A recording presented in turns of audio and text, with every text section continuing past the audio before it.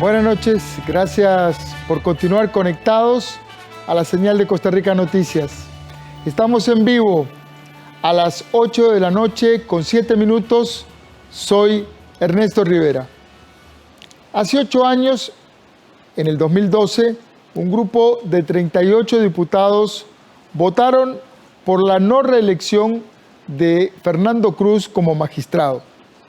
En ese momento, don Fernando tenía una historia de votos a contrapelo de fuertes intereses políticos y económicos, como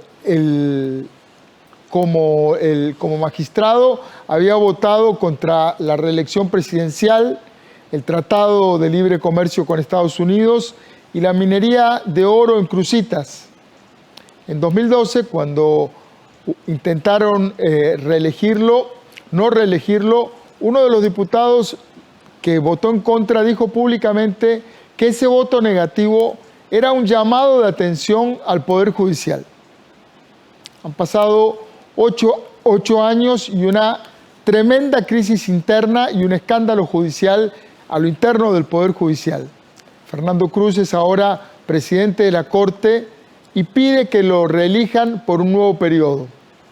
Para conversar sobre este pedido de reelección, lo invité y estamos aquí con el presidente del Poder Judicial de la Corte Suprema de Justicia, don Fernando Cruz. Buenas noches, don Fernando. Buenas noches. Solo una aclaración, yo no voté el tema de la reelección. ¿No votó en contra de la reelección? Es que yo no lo voté, yo no integraba la sala en esa época. Sí, señor. Bueno, vale la corrección. Sí, señor. Sí. Así es.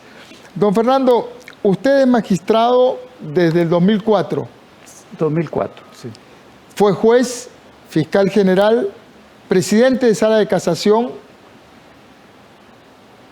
presidente de la Corte Suprema ahora, tiene 71 años, 45 de estar en el Poder Judicial. 48. 48. Sí, señor. 48 de estar en el Poder Judicial y tiene la pensión aprobada. Sí, señor.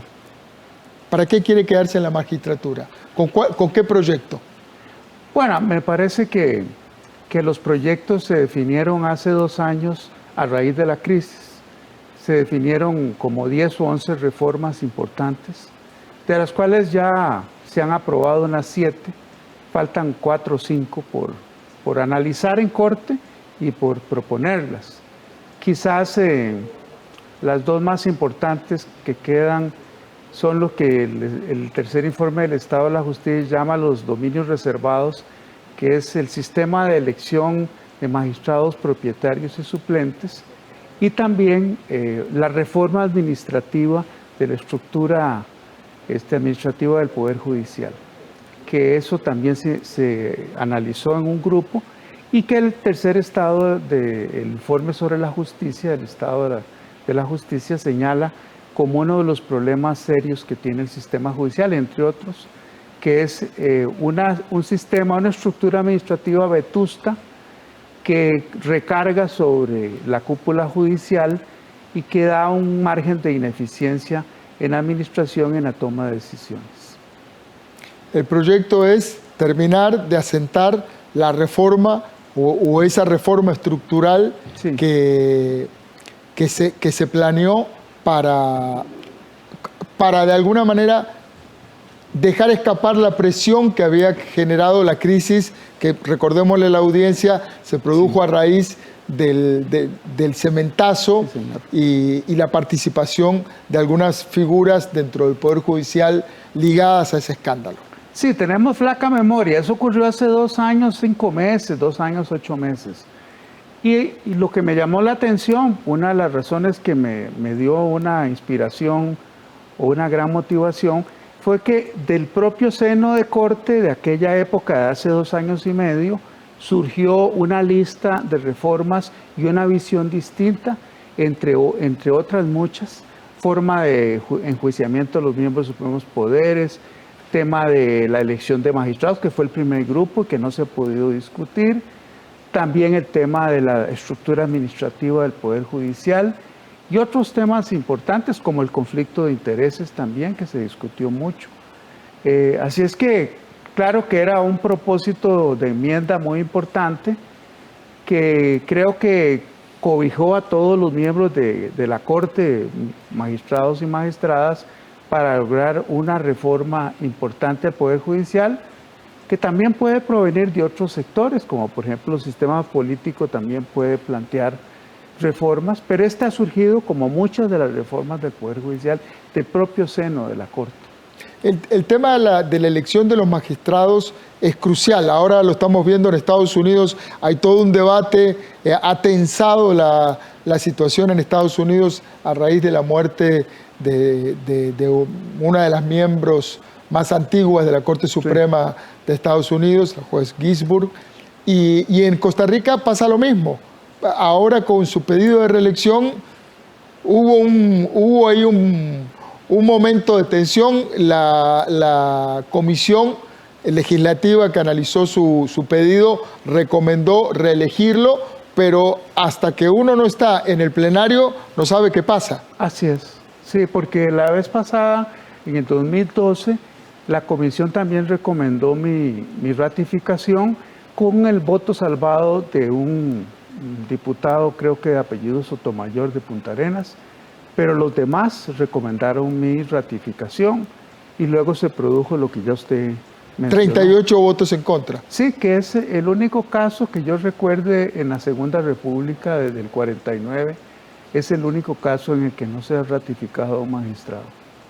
Al inicio enumeré algunos votos suyos que uno puede leer entre líneas, pueden haber incomodado a sectores políticos y empresariales.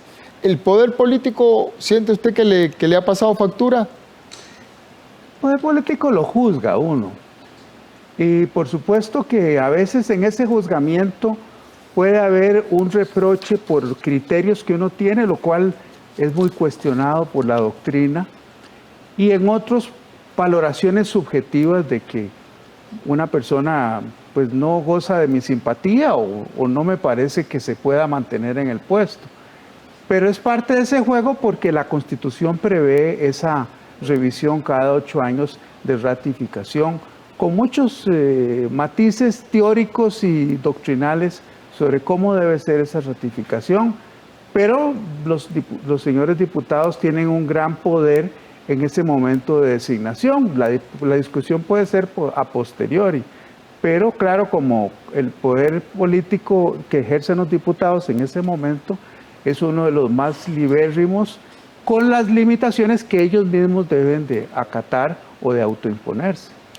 Ahí lo que ha ocurrido en muchas ocasiones cuando hay terna para elegir magistrado es que todo va muy bien, se hace todo el proceso de selección, se ven los atestados, se califican los atestados, se hacen las entrevistas, pero a la hora de la votación todo cambia y de pronto aparece un candidato que salió de algún papelito y ese es el candidato que se aprueba. Entonces sí hay un nivel de discrecionalidad en la Cámara de Diputados muy fuerte a la hora de escoger.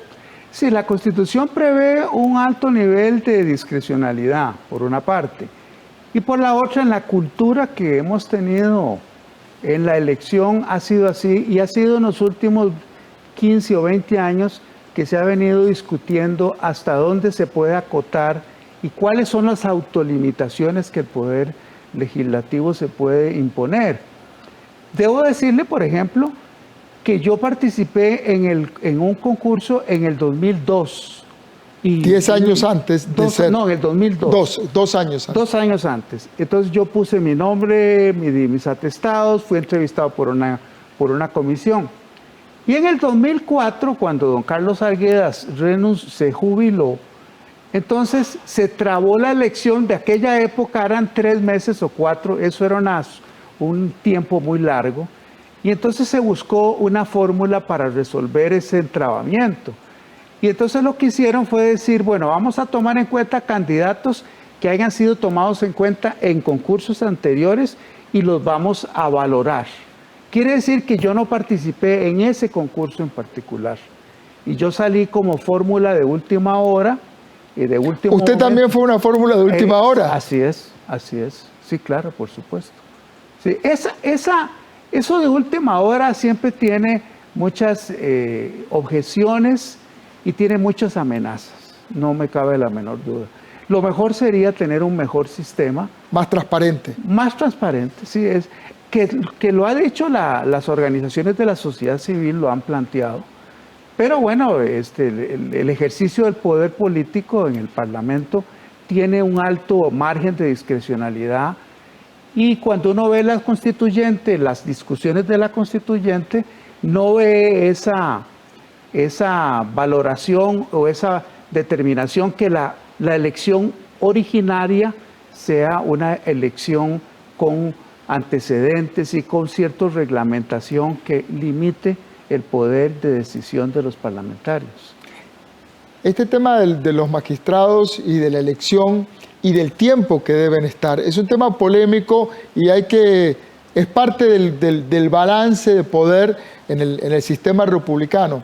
Voy a ponderar dos situaciones que son críticas. Se defiende que hay que renovarle el mandato a don Fernando Cruz como una muestra de apoyo a un juez, a un magistrado que ha mostrado un nivel de independencia de criterio y aún a contracorriente. Hay otros casos dentro de la misma Corte en los que se critica magistrados que llevan muchos años en la magistratura y dicen, bueno, ya, ese señor se tiene que pensionar. ¿Cómo ponderar la estabilidad y a la vez decir, bueno, hay que renovar de tanto en tanto criterios, hay que renovar mentes, porque además son personas que tienen una edad avanzada? Bueno, por ejemplo, si usted hubiera razonado así, la señora Ginsburg debía haberse ido hace mucho tiempo. Así es. Sí, la señora Ginsburg creo que murió de 87 años. ¿Y quién duda de la capacidad de la señora Ginsburg? Entonces el tema no es la edad, sino la capacidad, los antecedentes. Por supuesto que siempre hay una idea un poco que flota en el ambiente de que la juventud debe imponerse, etcétera, pero en el tema de judicatura no es la juventud forzosamente, aunque este es un país muy extraño, porque por un lado critican que las personas se pensionen, pero por otro lado cuando está en funciones dicen, ¿y usted por qué no se pensiona? Pero son esas dicotomías que vivimos en nuestra mentalidad.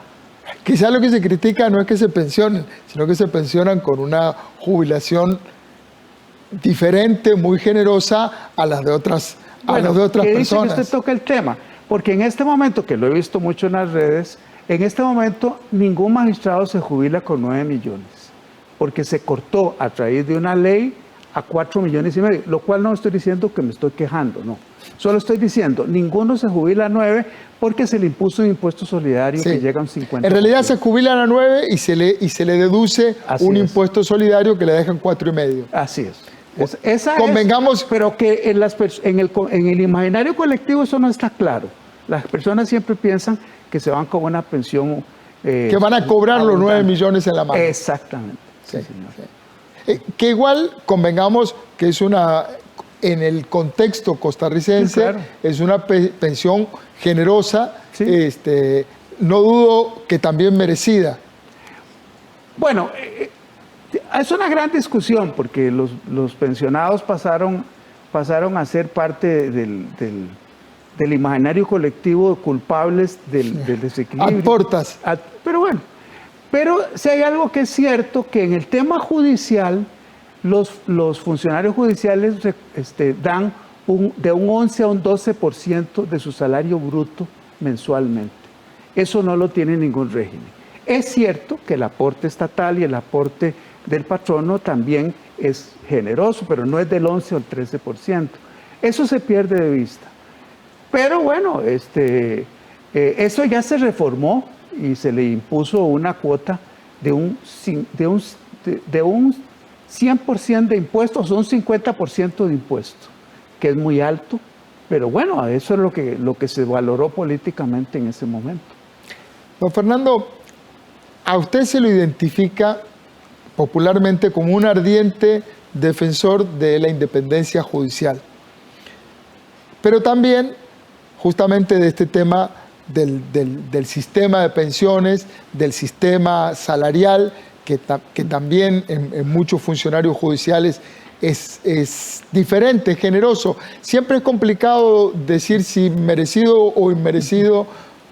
Uno quisiera tener un aparato estatal eficiente y bien pagado, pero los recursos son los que hay.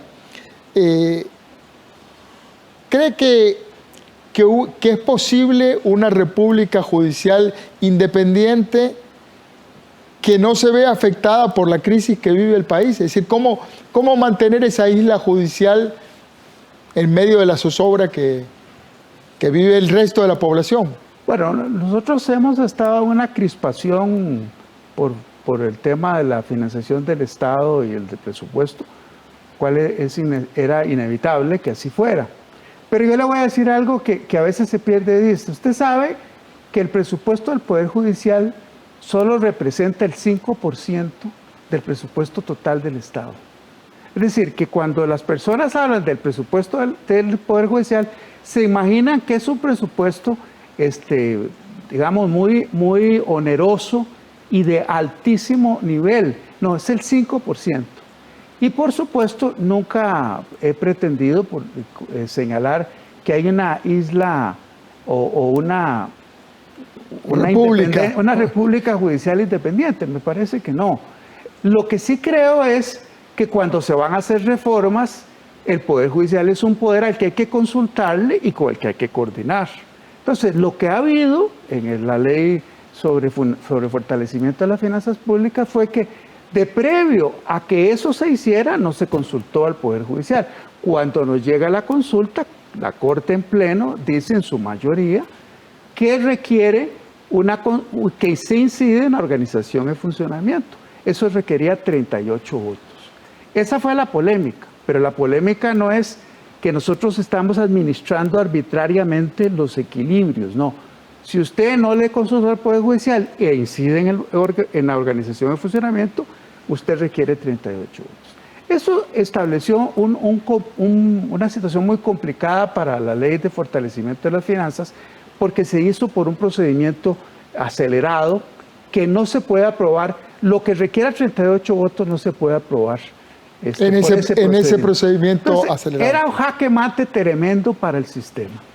Bueno, cuando los señores diputados hacen la consulta a la Sala Constitucional en el primer debate, la Sala Constitucional le responde, me parece con mucho equilibrio, y le dice, mire, no va a requerir 38 votos porque las 3 leyes que regulan los salarios del Poder Judicial, Ley Orgánica del Poder Judicial, Ley de Salarios y Estatuto Judicial, no pueden ser tocadas por esta ley que ustedes están introduciendo.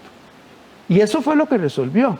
Con base en eso fue que la Corte en marzo del 2019 estableció unos ciertos rubros diferentes porque así lo resolvió la Sala.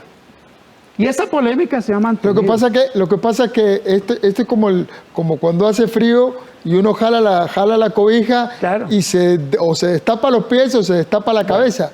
Pero nosotros, como Poder Judicial, hemos cumplido la regla fiscal, totalmente.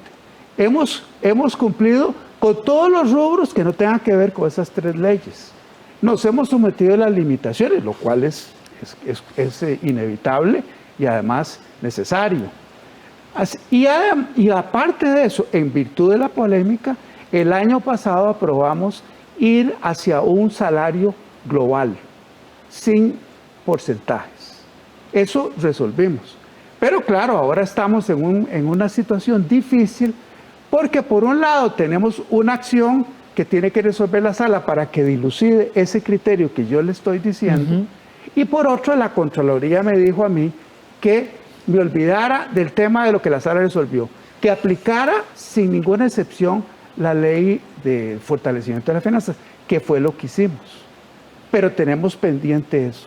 Pero ya la Corte se sometió a un salario global, pero eso no es fácil de reformar porque son 13.500 funcionarios. No es fácil, pero eso lo vamos a hacer. Sin embargo, debo decir que en la polémica de la discusión de la ley de fortalecimiento, la señora ministra de Hacienda de la época, doña Rocío Aguilar, nos envió una nota diciendo que el Poder Judicial sí tenía potestades constitucionales para tener mucha autonomía en la fijación de salarios. Pero yo no estoy aquí defendiendo ni salarios... La República Independiente del Poder Judicial. No lo estoy defendiendo, pero lógicamente es un poder. Bueno, el poder ejecutivo determina cómo determina sus salarios. El poder legislativo da su ley y se somete a ella, que es un poder muy pequeño porque es solo oficinas aquí al centro de San José. Pero el poder judicial sí requiere, como poder también, o participar en esas conversaciones o someterse a la ley, al criterio de los 38 votos, porque bien podría ser que en una legislación ordinaria la Asamblea diga con 38 votos y ya el asunto no se discute, excepto que eso incide en la independencia judicial y entonces la discusión se reside en la Sala Constitucional. Es un tema complejo. Complejo y medio. Pero es que hay un principio que es la independencia judicial, que no es la independencia de la República Judicial. Lo que pasa es que hay otro principio equivalente que es la igualdad o la proporcionalidad. Y ahí es donde entran todos los empleados diciendo, bueno, pero si ellos pueden, yo puedo. Y cada uno tiene su pedacito de verdad. Lo mismo pasa con la universidad pública, pasa con un montón de instituciones. Y ahí es donde, ¿por qué ellos sí y yo no? Bueno, porque eso es el Poder Judicial. O sea, no es un ministerio, no es una institución autónoma, es el Poder Judicial. Claro, lo que pasa es que el Poder Judicial es el más débil de los tres poderes, políticamente. ¿Usted cree? Por supuesto. Solo podemos resolver la causa concreta. Solo podemos interpretar las leyes y la Constitución. Por supuesto. ¿Quién elige la cúpula judicial? El Poder Legislativo. ¿Quién define cuánto podemos gastar? El Poder Legislativo en el presupuesto. Ustedes no tienen idea todas las limitaciones que se nos imponen, a pesar del 6%. ¿Y por qué se hizo el 6% constitucional propuesto por Corte en los años 60 o 70? Porque casualmente la dotación presupuestaria de la Corte era tan exigua que era un poder de quinto orden. Y eso hay que decirlo. Y cuando usted ve lo que dijo el presidente de la Corte en la Constituyente del 49, uno se queda sorprendido cuando dice, aquí hay que hacer una reforma porque el Poder Judicial hasta la fecha ha sido un poder de segundo orden. ¿Ahora de qué orden es? Bueno, es un poder que tiene voz y que en el caso mío y en el caso de Corte, porque yo sigo lo que Corte me ¿Tiene un cuerpo colegiado? Sí, por supuesto, porque yo no puedo hacer lo que Corte no me encomienda. Así que no es una calentura mía lo que hablo yo de la independencia judicial. No es que está así. Y está en la discusión de los 40 en la Constituyente del 49 con don Fernando Baurid, con don Rodrigo Facio. Es más, el Grupo Socialdemócrata, que llevaba su propio proyecto, propuso que los magistrados de la Corte fueran electos vitalicios. Lo que pasa es que ese proyecto de la socialdemocracia fue desechado porque era una minoría de jóvenes muy inquietos, jefiados por don Rodrigo. Y el gran mérito de don Rodrigo fue que él se logró convertir en una voz guía en la Constituyente, teniendo una bancada minoritaria. El tema de los liderazgos, ¿verdad? Qué maravilla. Bueno, don Rodrigo. Y entonces don Rodrigo fue en cada norma proponiendo lo que proponía la fracción socialdemócrata. Don Fernando, el próximo lunes 5, sabemos cómo termina la película o cómo continúa la película. ¿Así es? Así es. Mucha suerte. Sí. Mucha suerte. Muchas gracias por el tiempo que nos dedicó. Se nos terminó el rato que teníamos para conversar. Ya se terminó. Ya se terminó, pero... Quería aclararle una cosa. Dígame. Yo no me he metido con el tema de pensiones. Es que me han dado... Me han metido. Sí, pero yo no... Ese tema he hablado en general, pero yo no me he metido con el tema de pensiones porque la ley de pensiones que reformó el Poder Judicial es una ley anterior a que yo fuera presidente. Muchísimas gracias.